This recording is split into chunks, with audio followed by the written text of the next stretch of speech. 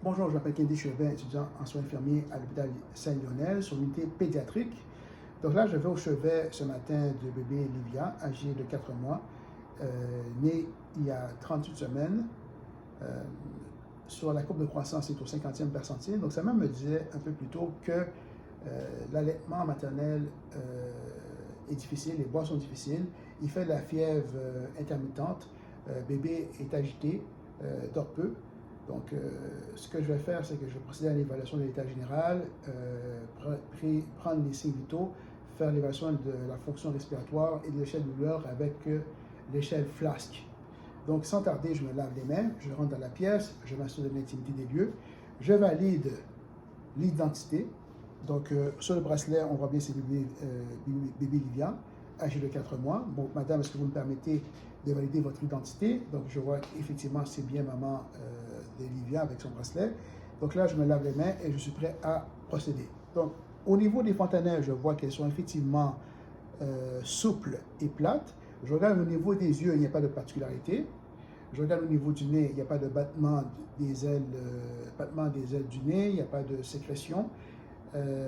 Au niveau des muqueuses de la bouche, il n'y a pas de sécrétion, il n'y a pas de cyanose, il n'y a pas de cyanose péribuccale, il n'y a pas, je regarde sur l'ensemble du corps, il n'y a pas de lésion, abrasion, la coloration de la peau est rosée. Donc, je descends plus bas. Oui, je vois que le bébé est agité, donc il est en pleurs. Donc, sur l'échelle de FLASK, je donne un score de 5 sur 10.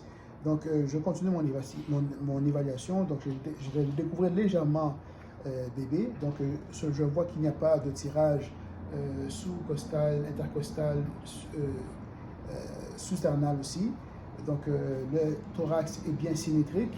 Donc là, je vais procéder à l'évaluation respiratoire. Ce que je vais faire, c'est que je vais en fait comparer la respiration au niveau postérieur et antérieur dans les lobes inférieurs et extérieurs. Donc, je vais procéder toujours en tenant la tête de bébé. Donc, on va procéder comme ceci. On tient toujours la tête, on maintient la tête et on va procéder. Il y a 8 points surveillés. Donc, on y va. 1, 2, 3, 4, 5, 6, 7 et 8. Ce que j'entends ici, c'est des murmures vésiculaires dans les deux lobes. Et si j'aurais entendu des bruits anormaux, ce serait des bruits ronchis, stridors, sibilance, mais ce n'est pas le cas. Donc on va légèrement, et on va procéder à l'avant, toujours en partant de 8 points. Donc on y va. 1, 2, 3, 4, 5, 6, 7, 8. Donc, il y a toujours la même chose, des murs vésiculaires dans les deux lobes. Donc, pas de présence de bruits normaux. Donc, je profite du moment que je suis pour procéder à la mesure, du pouls, toujours à l'apex. Donc, sur une échelle, sur une minute, effectivement, je vois qu'il y a 40 par minute. Donc, ce qui est attendu, c'est pour un bébé de 4 mois, c'est de 25 à 40 par minute. Voilà. Je vais aussi procéder à la mesure de la température axillaire, toujours à l'aisselle ici. On voit que effectivement c'est de 36,9. Pour une fièvre, c'est de 37,5, donc ce sont dans les valeurs normales. Je vais procéder à la mesure de la saturation. Ici, voilà, on voit que c'est 99%, donc la saturation est dans les normes, ça varie de 95 à 100%, donc il n'y a pas à s'inquiéter là-dessus. Je prends je vais prendre aussi la mesure de la pression artérielle, donc au mollet. Donc on va procéder comme ceci au mollet, et ça me donne une valeur de 78 sur 44. Donc les valeurs, ça peut varier pour la mesure systolique de 70 à 102. Donc 78 sur 44, c'est dans les normes. Donc, comme je dis, je regarde aussi, je vais remettre la couverture de bébé.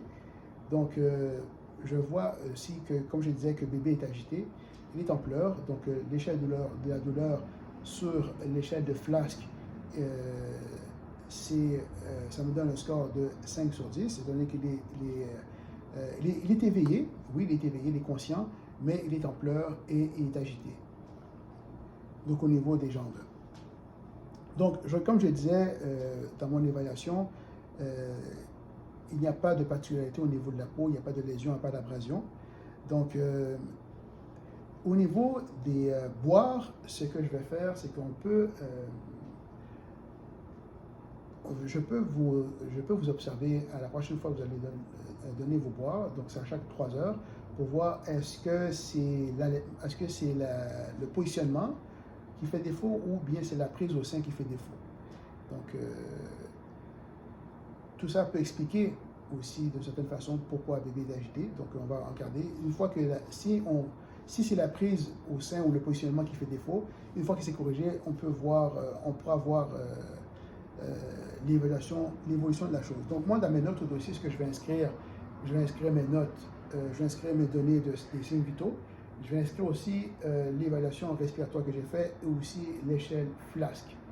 Donc, pour moi, en ce qui me concerne, j'ai complété mon évaluation. Donc, si jamais vous avez d'autres questions, sachez que vous avez une cloche d'appel à votre portée et que moi, je vais revenir vous voir d'une façon d'ici dans moins d'1 heure. Donc, si vous n'avez pas d'autres questions, donc moi, je vais pouvoir procéder. Et avant de quitter la pièce, je m'assure de me laver les mains à nouveau. Et voilà. Merci.